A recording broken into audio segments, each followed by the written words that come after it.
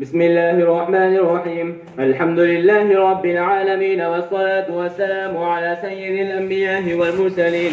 أما بعد، فإن أصدق الحديث كتاب الله، وأحسن الهدي هدي محمد صلى الله عليه وسلم، وخير الأمور عوازمها، وشر الأمور محدثاتها، وكل محدثة بدعة، وكل بدعة ضلالة، وكل ضلالة في النار. وبالسند المتصل منا إلى الشيخ الإمام الحمام الحافظ الحجة أبي المؤمنين في الحديث أبي عبد الله محمد بن إسماعيل بن إبراهيم بن المغيرة الجعفي اليماني البخاري رحمه الله الباري. اللهم انفعنا بعلومه وعلومهم آمين يا رب العالمين. أنه قال: باب قول الله تبارك وتعالى: ونضع الموازين القسط ليوم القيامة، وأن أعمال بني آدم وقولهم يوزن.